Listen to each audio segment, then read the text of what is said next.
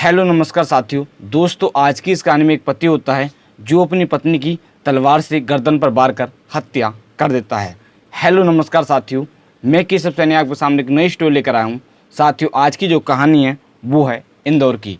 आज की इस कहानी को शुरू करने से पहले मैं आपसे एक विनती करना चाहूँगा कि अगर आप हमारे यूट्यूब चैनल पर पहली बार आए हों तो चैनल को अवश्य सब्सक्राइब करें, वीडियो को लाइक करें और शेयर करें। साथियों, आज की जो कहानी है वो है इंदौर की। मध्य प्रदेश में एक ज़िला पड़ता है इंदौर।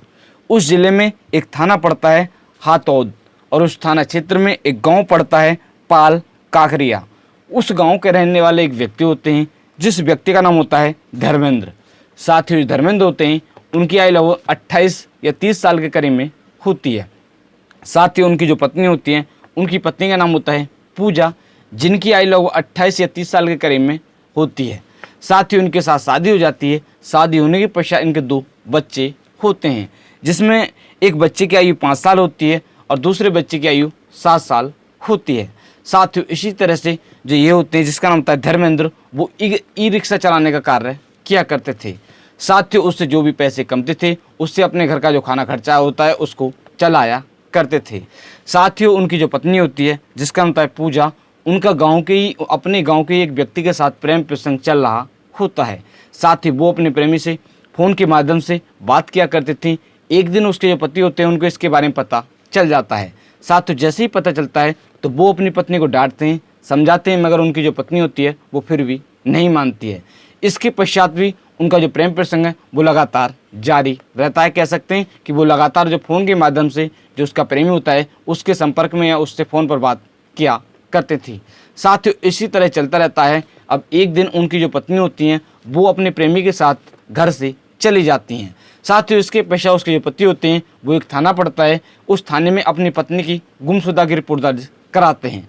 इसके पश्चात उनकी जो पत्नी होती हैं वो घर पर आ जाती हैं, मगर फिर भी उसके जो पति होते हैं वो रख लेते हैं। साथ ही इसके पश्चात भी उनकी जो पत्नी होती हैं वो लगातार अपने जो प्रेमी होता है उससे फ़ोन पर बात किया करती थी। साथ ही आए दिन इसी बात को लेकर दोनों पति पत्नी में आपस में झगड़ा हुआ करता था। साथ ही इसी तरह चलता रहता है। अब 27 जून सन 2025 दिन बृहस्पतिवार होता है। बृहस्पतिवार के दिन जो उसके पति होते हैं वो ई रिक्शा चलाकर दारू के नशे में आते हैं। आने के पश्चात वो जैसे ही घर में दसते हैं, उनकी जो पत्नी होती है वो अपने प्रेमी से फ़ोन पर बात कर रही होती है। साथ ही जैसे ही वो देखने के पश्चात उनकी जो पत्नी होती है वो उस फ़ोन को दुबका लेती हैं। इस तरह से साथ ही उसके जो पति होते हैं वो उससे पूछते हैं कि ऐसे से तो फ़ोन को क्यों दुबका रही है, तो वो कहते हैं कि ऐसे से मैं तो इसी तरह से फ़ोन पर बात करती हूँ। साथ ही इसके पश्चात दोनों में बहस होनी शुरू हो जाती है और इसके पश्चात उसके जो पति होते हैं वो तलवार से उसकी गर्दन पर 2 से 3 बार वार करते हैं और इसके पश्चात उसकी मौत हो जाती है।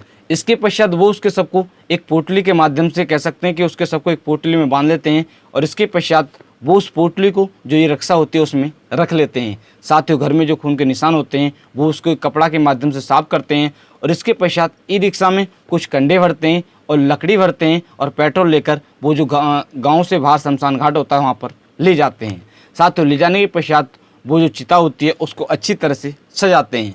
इसके पश्चात वो जब माचिस से जलाते हैं, जो माचिस होती है वो सिली होती है, इस कारणवश आग नहीं जल पाती है। इसके पश्चात वो गांव जाते हैं और जाने के पश्चात वो फिर दोबारा से जो कंडे होते हैं, कुछ जो माचिस होती है, माचिस को लाते हैं। इस समय गांव के जो लोग होते हैं वो उसको देखते हैं कि आखिरकार ये कंडे कहाँ पर लेकर जा रहा है। साथ ही गांव के लोगों को शक होता है। इस तरह से कुछ गांव के लोग उसका पीछा करते हैं और इसके पश्चात जब उनको पता चलता है कि ऐसे ऐसे इसने अपनी पत्नी की हत्या कर दी है, तो वो वहीं पर एक थाना पड़ता है हादौत, उस थाने की पुलिस को सूचना दे देते हैं। साथ ही सूचना मिलने के पश्चात जो पुलिस होती है वो सबको वहाँ से हटाती है। कह सकते हैं कि जो अंतिम संस्कार है उसको नहीं करने देती है और इसके पश्चात सबको हॉस्पिटल में भेजती है। साथ ही जो डॉक्टर लोग होते हैं वो उसको मृत घोषित कर देते हैं। इसके पश्चात जो पुलिस होती है वो सबको पोस्टमार्टम के लिए भेज देती है और उसका जो पति होता है उसको गिरफ्तार कर लेती है। डीएसपी अमाकांत चौधरी व एसपी हितिका वासल जी ने बताया कि पुलिस ने फिलहाल में जो उसका पति होता है, जिसका नाम होता है धर्मेंद्र, उसको गिरफ्तार कर लिया है। गिरफ्तार करने के पश्चात उससे पूछताछ की जाती है तो उसने अपना जुर्म जो है वो कबूल कर लिया है, मगर उसके साथ जो कार्रवाई है वो पोस्टमार्टम की रिपोर्ट आने के पश्चात ही उसके साथ सख्त कार्रवाई की जाएगी और इसके पश्चात उसको जेल भेज दिया जाएगा। साथ ही आज की जो कहानी है, इस कहानी को सुनाने का उद्देश्य किसी व्यक्ति को परेशान करना नहीं है, किसी का दिल दुखाना नहीं है, सिर्फ आप लोगों को जागरूक करना है कि आप लोग इस तरह का कोई भी कदम ना उठाएं। साथियों आज की जो कहानी है, इस कहानी को मैंने कुछ न्यूज़ के माध्यम से पढ़कर आप लोगों को सुनाया था, जैसे Dainik Jagran news, Dainik Bhaskar news, Navbharat news, Amar Ujala news और अग्नि बाण न्यूज़। इन न्यूज़ के माध्यम से मैंने आपको ये कहानी सुनाई थी। साथियों अगर आप हमारे यूट्यूब चैनल पर पहली बार आए हो तो चैनल को अवश्य सब्सक्राइब करें, वीडियो को लाइक करें और शेयर करें। साथियों आप सभी लोग मस्त रहें, स्वस्थ रहें। मिलते हैं आपको नेक्स्ट कहानी के साथ। नमस्कार, धन्यवाद।